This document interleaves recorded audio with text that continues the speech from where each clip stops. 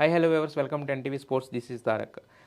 IPL 2024కి సంబంధించిన mini auction ఏదైతే ఉంటుందో అది మొత్తం కంప్లీట్ అయింది. అయితే ఈ ఆక్షన్ తర్వాత Hyderabad last time Sunrisers Hyderabad squad చూసిన తర్వాత వీళ్ళన ఇంత ధర పెట్టుకున్నారు, వీళ్ళు రాణిస్తారా అని ముందు నుంచి డౌట్ ఉంది. బట్ ఆ డౌట్ నిజం చేస్తూ ఒక హ్యారీ బ్రూక్ లాంటి కెప్టెన్ వీళ్ళందరూ కూడా ఏంటంటే ఒక మ్యాచ్ రెండు మ్యాచ్ల్లో ఏదో మెరుపులు చూపించారు, కానీ మిగతా ఓవరాల్గా అయితే ఫెయిల్యూర్ అయ్యారు. బట్ ఈసారి హైదరాబాద్ స్క్వాడ్ అనేది మాత్రం చాలా ఈ మినీ ఆక్షన్ తర్వాత క్వాలిటీ బౌలర్స్ని లేదా క్వాలిటీ క్రికెటర్స్ని తీసుకున్నారనే ఒక మాట అయితే వినిపిస్తుంది.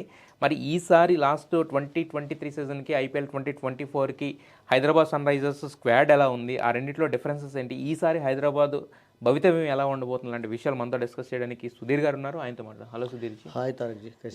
Yeah fine, very much fine. And మనం చూసుకున్నట్టయితే మినీ వేలం అనేది ఆల్రెడీ కంప్లీట్ అయిపోయింది. అంటే ఐపీఎల్ ఏదైనా జరుగుతుందంటే సీజన్కి దానికి ముందున్న బిగ్ ఈవెంట్ అంటే యాక్చువల్గా ఎక్కువ మంది చూసేది ఇది ఆక్షన్లో ఎలా ఉంది, ఏ టీమ్స్ ఉంటాయి అనేది ఇప్పటి నుంచి ఒక అంచనాకు వస్తాయని జరుగుతుంది కదా. మనం ఎస్పెషల్లీ ఈ సీజన్లో చూసుకున్నట్టయితే కనుక అసలు సన్ రైజర్స్ హైదరాబాద్ ఎప్పుడూ తీసుకున్నటువంటి కొన్ని డేరింగ్ స్టెప్స్ ఈసారి తీసుకుంది. అంటే మనకి చూసుకున్న Travis head world cup real hero actual చెప్పాలంటే. అంటే వరల్డ్ కప్ ఆస్ట్రేలియా సాధించిందనే కన్నా కూడా ట్రావిస్ హెడ్ సాధించడం అనేది ఎక్కువ మంది చెప్పుకుంటున్న మాట యాక్చువల్గా. At the same time Wanindu Hasaranga is the quality bowler. ఆర్సీబీకి అంటే ఆర్సీబీలో ఉండడం వల్ల అతను పెద్ద గెలివేట్ అవ్వలేకపోయాడు, కానీ బట్ ఓవరాల్గా హీజ్ పర్ఫార్మెన్స్ వాజ్ ఎప్పుడు గుడ్. ఒక ఇదిలో ఉంటుంది. Pat Cummins 20.5 crores highest priced cricketer for Sunrisers Hyderabad. So మరి ఇలాంటి అలాగే ఉన్నత కూడా వచ్చారు. మరి వీళ్ళందరూ చేరికతోటి లాస్ట్ టైం సన్ రైజర్స్ హైదరాబాద్కి ఈసారి సన్ రైజర్స్ హైదరాబాద్కి మనకి తేడా ఏం చూసుకోవచ్చు? అండ్ కపుల్ ఆఫ్ ప్లేస్లు కూడా యాడ్ చేయొచ్చు. సుబ్రహ్మణ్యన్ వచ్చాడు, అతను, అండ్ షాబాజ్ అహ్మద్ అని చెప్పి royal challengers is good allrounder actually. మంచి left arm bowling, is a good fielder also. So Sunrisers Hyderabad first నుండి కూడా ఐ థింక్ వాళ్ళు అనుకునేది ఏంటంటే వాళ్ళ దగ్గర ఆక్షన్ స్టార్ట్ కాకముందు 34 crores ఉన్నాయి. 34.4లో 20-25 వరకు మంచి ఫారిన్ ప్లేయర్స్ని తీసుకోవాలి అని వాళ్ళు అనుకున్నారు వాళ్ళు. అండ్ అనుకున్నట్టుగానే వాళ్ళకి లభించారు. అండ్ కొంచెం ఎక్కువ ఖర్చు పెట్టారు అనిపించింది, ఎందుకంటే 20.5 అనేది అందరు అనుకున్న దానికంటే ఎక్కువ. ప్యాట్ కమిన్స్ టాలెంట్ అంటే అతనికి ఉన్న అంటే పాపులారిటీ, ఎబిలిటీ, అంటే ఆ నేమ్ అనేది క్రేజ్ అనేది కూడా ఈజ్ అ ఫంటాస్టిక్ బౌలర్ అండి. కొంచెం ఆఫ్ కోర్స్ ఐపీఎల్లో T20లో కొంచెం అతనికి ఎకనామీ సరిగా లేదు, కానీ బట్ వెన్ హీ బౌల్స్ అద్భుతమైనటువంటి క్యాప్టెన్సీ స్కిల్స్, మాక్రమ్కి హెల్ప్ఫుల్గా ఉంటాడు, గైడెన్స్గా ఉంటాడు యంగ్ ఫాస్ట్ బౌలర్స్కి అందరికీ. అండ్ ఒక టీమ్కే కాకుండా కూడా ఇండియన్ ఫాస్ట్ బౌలర్స్ కూడా అతడు గైడెన్స్గా ఉంటారు. ఇప్పుడు ఐపీఎల్లో జరిగేది అదే కదా, ఈ ఫారినర్స్ యొక్క హెల్ప్ అనేది ఇండియన్ బౌలర్స్కి లభిస్తుంది, బ్యాటర్స్ కూడా. సో హైదరాబాద్ ఐ థింక్ మీరు అన్నట్టుగా Travis Head and Pat Cummins, ఈ టూ హీరోస్ తోటి మరొక హీరోని శ్రీలంకన్ బౌలర్ హసరంగా కూడా is a very good pick అండి. ఎందుకంటే వాళ్ళు ఎప్పుడైతే ఆదిల్ రషీద్ను కాదనుకున్నారో they needed one leg spinner. ఇప్పుడు ఇండియన్ క్వాలిటీ లెగ్ స్పిన్నర్ కావాలి.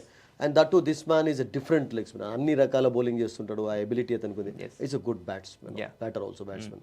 తర్వాత ఫీల్డింగ్ చక్కగానే చేస్తాడు.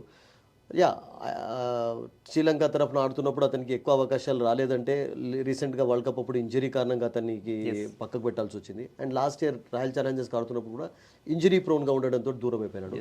But is a magnificent pick for Sunrisers Hyderabad, ఎందుకంటే they definitely wanted one quality bowler. అంటే రాషిద్ సక్సెస్ లేకున్నా కానీ రాషిద్ లాగా ఒక క్వాలిటీ లెగ్ స్పిన్నర్ కొరకు చూశారు. అండ్ ఆ క్వాలిటీ లెగ్ స్పిన్నర్ వాళ్ళకు లభించడం అనేది I think it's a good pick for them actually.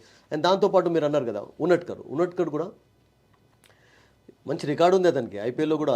అంటే లాస్ట్ టైం ఏజింగ్ అనేది ఒకటి ఫ్యాక్టర్ తప్పితే బట్ ఈస్ లెఫ్ట్ ఆర్మ్ పేస్మన్. లేదంటే అతను అంత తక్కువ కూడా పలికే క్రికెటర్ కాదు అసలు యాక్చువల్గా. ఎందుకంటే ఇండియన్ టీమ్ ఆడాడు అండ్ మంచి టోర్నమెంట్స్ ఆడిన ఎక్స్పీరియన్స్ ఉంది అతనికి.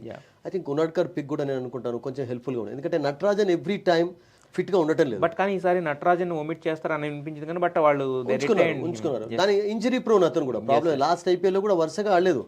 అండ్ ఇండియన్ టీంలో ఫెయిల్యూర్ అయిపోయాడు. అతను ఇండియన్ టీంలో తన స్థానం కోల్పోవడానికి కూడా మెయిన్ కారణం ఏంటంటే నటరాజన్ ఫిట్గా ఉండకపోవడం. బికాస్ ఎవరైనా ఏం కోరుకుంటారంటే ఉన్నట్కర్లో అటువంటిది. ఉన్నట్కర్ పర్వాలేదు, కొంచెం ఫిట్గానే ఉన్నాడు ఇప్పుడు.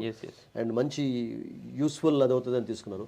So Sunrisers Hyderabad I think they have done a good job, ఎందుకంటే వాళ్ళకు సౌత్ ఆఫ్రికన్స్ ఆల్రెడీ ఉన్నారు ఇద్దరు, మాక్రమ్ క్లాసెన్ రూపంలో.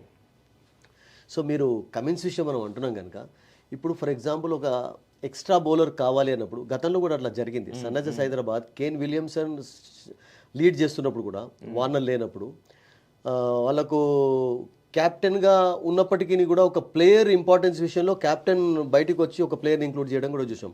కేన్ విలియమ్సన్ ఎప్పుడు ఆడేది ఇంపాక్ట్ ప్లేయర్ కింద ఆడేది. తర్వాత ఇంపాక్ట్ ప్లేయర్ లేనప్పుడు కూడా తారక్ స్పిన్ ఫ్రెండ్లీ కండిషన్స్, స్పిన్నర్కు ఫ్రెండ్లీ కండిషన్స్ ఉన్నప్పుడు అతడు ఎక్కువ ఆడేది, రన్స్ స్కోర్ చేసేది. ఇప్పుడు కూడా కమిన్స్ కూడా కెప్టెన్గా ఉండే ఛాన్స్ ఉంటుంది కనుక మార్క్రమ్ కూడా ఫర్ ఎగ్జాంపుల్ ఇంజరీ కారణంగా దూరమైనా కానీ లేకుంటే ఒక ఎక్స్ట్రా బౌలర్ కావాలి అన్నప్పుడు వాళ్ళకి బ్యాటర్స్ చాలా మంది ఉన్నారు. హెడ్ రావడంతో ఒక అడ్వాంటేజ్ అయిపోయింది. మయాంక్ అగ్రవాల్తో కలిసి హెడ్ ఓపెనింగ్ కూడా చేయగలుగుతాడు and head first down second down కూడా ఆడగలుగుతాడు. సో వాళ్ళకి ఆ లెఫ్ట్ హ్యాండెడ్ తీసుకోవడం అనేది నేను అనుకుంటాను స్పెషల్ అడ్వాంటేజ్ అవుతుంది. సో అప్పుడు మార్క్రమ్ కాకుండా క్లాసెన్ ఆడుతున్నప్పుడు ప్యాట్ కమిన్స్ యాజ్ అ బౌలర్గా ఆడవచ్చు, లీడ్ చేయవచ్చు, కెప్టెన్గా ఉండవచ్చు.